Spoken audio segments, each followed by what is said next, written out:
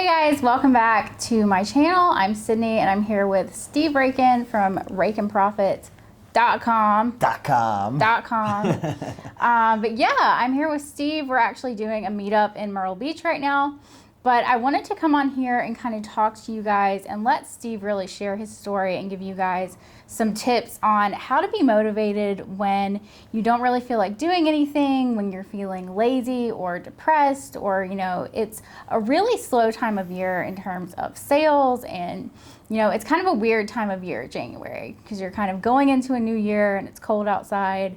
And a lot of people just don't really feel like doing anything. Yeah. So we're going to talk about some motivational tips. I'm going to let Steve share his story because it's pretty amazing. But hopefully this will help you guys to get going and give you some motivation and help you jumpstart your new year. Yeah, well, thanks for the introduction. Yeah. I'll give a quick little story. Probably about, 10 years, over 10 years ago, 11 years ago, I was arrested. I got locked up, thrown in jail for doing some stuff I shouldn't have done. And I kind of hit rock bottom in my life. I was always an entrepreneur, but let's just say I was kind of doing the wrong thing when I was younger. Kind of entrepreneur, the wrong type of entrepreneurship, right? I didn't know Yeah. about the internet and Poshmark and affiliate marketing and eBay and Amazon and YouTube. I didn't know about. You were a kid. Yeah, I didn't know, and I was hanging out with the wrong people, right? So, I started going to college, going to school, and I was going to be an X-ray technician. And, I was just like, I can't do this. Like, I don't want to be like in a box. I don't want to be. That's so crazy because I was a biology major. I went to college for biology and I was pre-med. So you took the chemistry, the anatomy, physiology. Yeah, and I kind of had like the same experience. Yeah. So, I'd hit rock bottom. I started going to school, trying to turn my life around. And, my parents were so proud of me. My grandparents were so proud of me. And, at the time, I had never made more than like $40,000 or $50,000. Like, I probably never made more than like $20,000. Yeah. Maybe I made a little more doing some illegal things back when I was younger. But that's not to brag or boast. But just to be honest with you, that I know what it's like to be.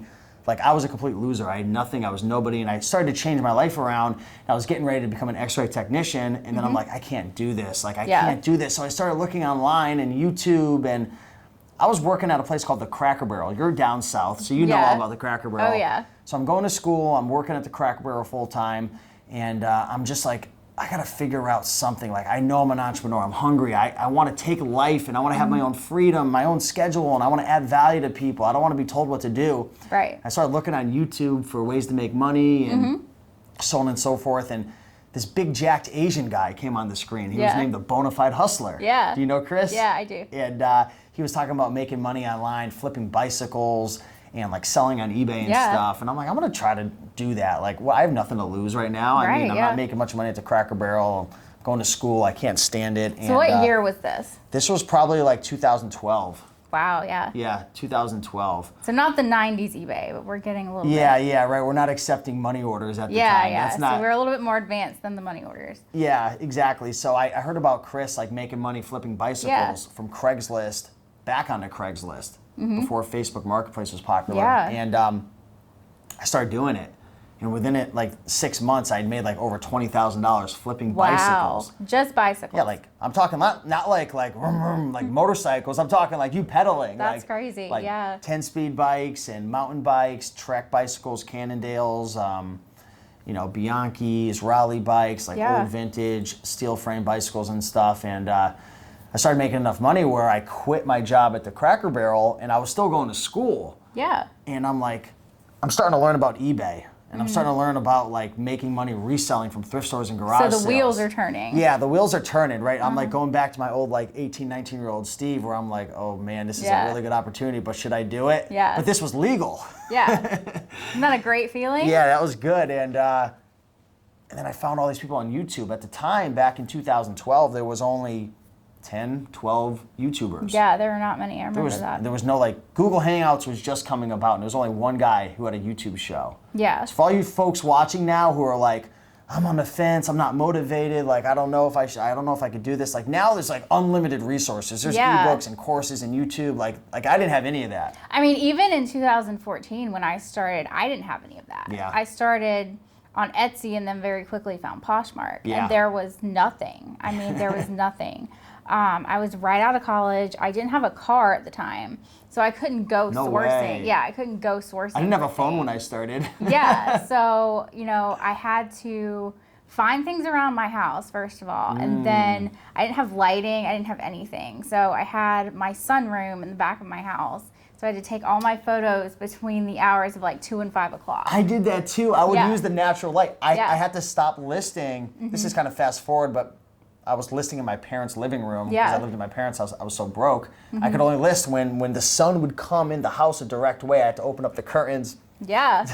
I had a 3-hour window where I could take my pictures. And if it rained that day, I couldn't. Oh, crap. Yeah. So, yeah, you know, I started learning about this world, and, you know, I was making money with the bicycles, and I started learning about thrift stores and whatnot. So I started making more money, and I'm like, you know what? This is crazy. I'm going psycho right now, but I'm going to tell my parents that I'm not going to go to X-ray technician school, which I'd gotten D's and F's and C's my whole life in school. Yeah. And I got straight A's for like over a year and a half to get accepted into this program that had 300 applicants. They only accepted 17 people, and I got accepted. So imagine that, like complete loser with my life, getting arrested, locked up. At the time I was I had quit smoking cigarettes, but a couple years before that I was smoking 2 packs a day. At the time I was like over 200 pounds, 250 pounds, out of shape, unhealthy.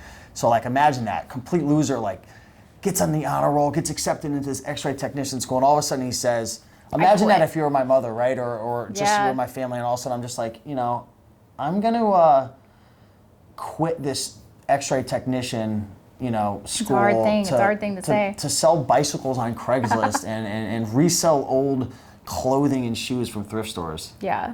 Surprised I didn't get slapped in the face, but I did. I went with my gut, and I quit. And then literally fast forward over the next 2, 3, 4 years, I went full-time on eBay, learned all about Amazon FBA, built a YouTube channel, created my own products and services, got into affiliate marketing, membership sites, and you know, now it's, you know, 7 years later, and you know, I'm earning a solid 6-figure income. I've been doing this for years. And not just that, you have really unlimited potential in terms of how much you can make versus if you would have become an X-ray technician, you would be on a salary. Yeah.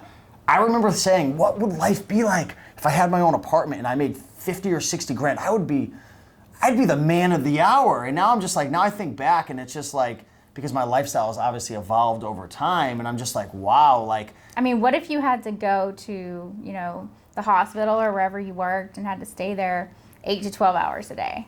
And my friend, because I've gotten into real estate now. Now I own 2 real estate investment properties. Yeah. My friend, one of my good friends, he needed a place to stay. So I'm like, hey, I got an extra room in my place. You could stay with me. And I learned a lot about him because he works in the corporate world. Yeah. 50 hours a week. And he's miserable. He makes 70 grand a year. I love you, Andrew. Sorry, I just smacked the mic. But I love you, Andrew. But brother, man, I feel for you. And we always have conversations because I'm trying to help him. He just became a real estate agent now because he's trying to get out of that. Money isn't the answer. Don't chase the money. You want the freedom. The freedom is what most people want. Yes, absolutely. You don't want to have to go. And this was my problem when I had just graduated from college. I had this biology degree. I started working at a vet's office. It was an emergency vet's office that was open 24 hours. So I'm working night shift at an emergency vet's office that is, 12-hour shifts. No way. Yeah. And how do you do 12-hour shifts? It was miserable. I was completely miserable, and I learned very, very quickly that the office life was just not for me. Wow. Being contained somewhere for that long was just not for me. And I think that's just our personality. There's a lot of people who are very content with that, but you'll know quite quickly if you're boxed in, like when I clocked in at the restaurant and you were at the veterinarian's office, like you'll know quite quickly, like, are you made for that life or not? Oh, it happened very quickly, yes. You will know. Like, I just knew that was not what I wanted to do, and I didn't know really what I wanted to do at that point, but I knew there was something bigger I was supposed to do. So I bet you a lot of people right now are watching and they're like, I resonate so much with that. Like, I don't know you personally, whoever's watching this right now, but I'm sure that you're going through something in your life right now and you're saying to yourself, maybe I want to grow my business, I want to start a business, I want to quit a job, I want to get out of a relationship, I want to change my life, but I don't feel motivated. I don't feel like I have the energy. I feel like maybe for 1 or 2 days I'm super pumped up and excited, and then 2 weeks go by and next thing you know, you're back to square one. So what's the secret to motivation? For me, the biggest thing has been getting in the right state first thing in the morning. So setting your days off the right way. Because have you ever gotten out of bed and stubbed your toe or maybe you checked, your social media, your email, and you got a nasty comment from somebody, or, And it sets the tone for the whole day. Sets the tone for the whole day. And this has been the secret for me. I can only talk for myself. Your state is so important. What is your state? Your state is how you feel. It's that gut feeling inside of you that says, oh, today's a beautiful day, or oh, today sucks, or I'm depressed. Like that main emotion that you're feeling. The energy that you feel, yeah. Is so important, because your state is going to be the foundation for everything. So when you're in a really powerful, beautiful, amazing state, and we could talk about strategies for how to get into that, but when you're in that state, your thoughts are going to be on a whole nother frequency, right? You're going to have thoughts of abundance. You're going to have thoughts of opportunity. You're going to have thoughts of growth. And when you have those thoughts, what happens is you start to take different actions. You behave differently. You do things differently. You socialize more. You ask better questions. You do things that are going to lead to behaviors and actions that are going to get you to where you want to go. Because if you're at point A and you want to get to point B, thinking and being positive isn't going to get you there. What's ultimately going to get you there is your actions. Right. But the foundation to taking the right actions, obviously you got to educate yourself and whatnot, is being in that good state, because you got to be resourceful. You've got to have the energy to do it. And a lot of it's mental, right? A lot of it's mental. Yeah, absolutely. You have to, but you have to make an effort to put yourself in a good place. You have to make an effort to, wake up in the morning and, have this mindset. You have to put yourself in the right mindset.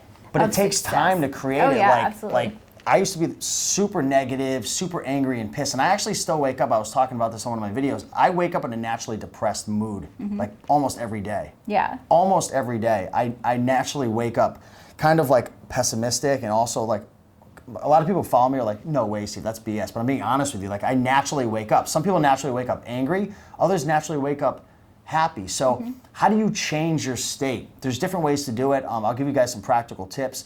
Number one, I like to start off the day by either doing a Wim Hof breathing exercise. And you could just type in Wim Hof breathing exercise on YouTube. It's like a 15-minute process, but it over-oxygenates your body, and I like visualize and I do different things, and it changes my state rapidly. Because there's like a couple different things you need to survive. You need oxygen, you need water, you need food. So oxygen's so important. Actually, you can go without food for what, like up to 21 days, I think, or something. You go without water for what, I think a week, but you can't go without oxygen for more than 3 minutes. Yeah, so like over oxygenating your brain first thing in the morning, it like puts me in a great state. Yeah. I also do what's known as a Tony Robbins priming exercise. You could type that into YouTube as well, but it's a combination of breath work, gratitude exercises, and like visualization of like things that you want to achieve and stuff. So that's one part of it. Also, I read my goals in the morning. I practice gratitude. I like to read in the morning. Of course, drink water, because if you're dehydrated, you're going to be pissed off, angry, if you're not taking care of your physiology. And you feel miserable. Yeah. I know when I'm dehydrated and I just can't think, and I'm just a miserable person. Exactly. And you have to rehydrate yourself to be able to function, to be able to think. So that's big. Incantations. I know I'm throwing a lot at you guys, but take these words if you don't recognize them, research them, or just pick one. Don't do everything that I do, and I don't do everything I'm telling you. Yeah, just start with a couple one simple thing. Like get up in the morning, and you can do the breathing exercises, or you can figure out what you're grateful for. Write down your goals. I'm huge on writing down things, just so you can see it and you can connect with it and focus on it, like visualize it. And what I consider each one of these things in the morning, first thing, is I consider it feeding my mind and my soul. Yes. A lot of people wake up right into action, and I found that that's a big mistake, because if you don't take care of your mind, which controls everything, and your soul, which is like your being, you feel something like there's I have something stopped missing, doing is getting up and immediately looking at my phone. Yes. It's just I still do it, but I don't do it for hours. Right. So you have to be so careful, checking your emails or checking Facebook. You don't want that to be the first thing that you do in the morning. Because that's a loss. Ultimately, what we're doing with incantations, breathing exercises, meditations, reading, drinking your water, taking your supplements.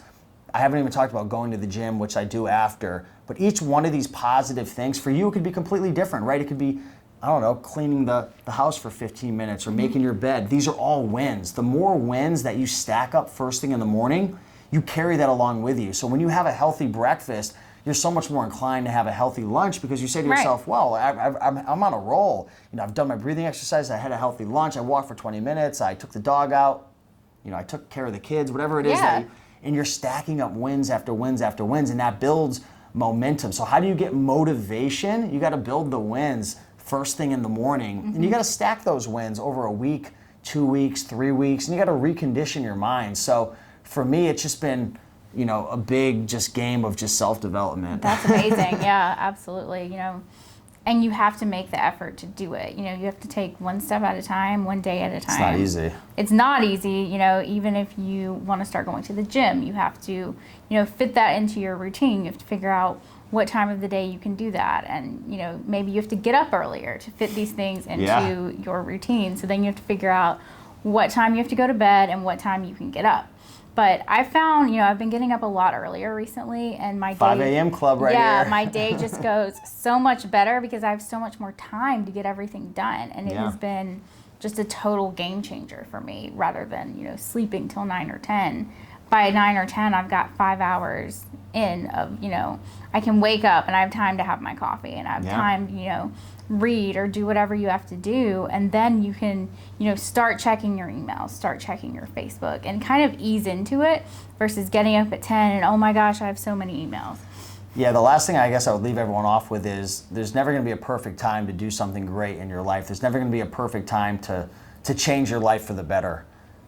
The things you really want to do in your day aren't going to fit themselves into your day. No, it's not magically going to happen. You have to start now. Even this video right now, there's so many things we could be doing now, but we're squeezing it in because it's so important, and we want to get these values and these messages out to you guys. So it takes time. Yeah, it absolutely does. But Steve, it's been so great talking to you. Thank you for sharing your story with us. Thanks for having me on. Go check out Steve's YouTube channel. It's Raiken Profit. He has a ton of videos. How long have you been doing YouTube? How many videos do you have? Just a couple days. It's like 2,000 videos. Yeah, 2,000, give or take. I've been doing this for like 6 or 7 years, so just a slow, steady progress, just trying to add a little bit of value every day, trying to share my story. And yeah, I remember when I first found Steve on YouTube, he was posting like 3 videos a day. I was going psycho. Yeah, he was posting, every couple hours my phone would be going off. Steve Raiken just uploaded. She's like, I got to turn the notifications off. Yeah, this kid's driving me turn nuts. off the notifications. But yeah, definitely check out Steve on YouTube and Instagram. I'll link his channel down below. And I will see you guys in the next video. Bye. Bye.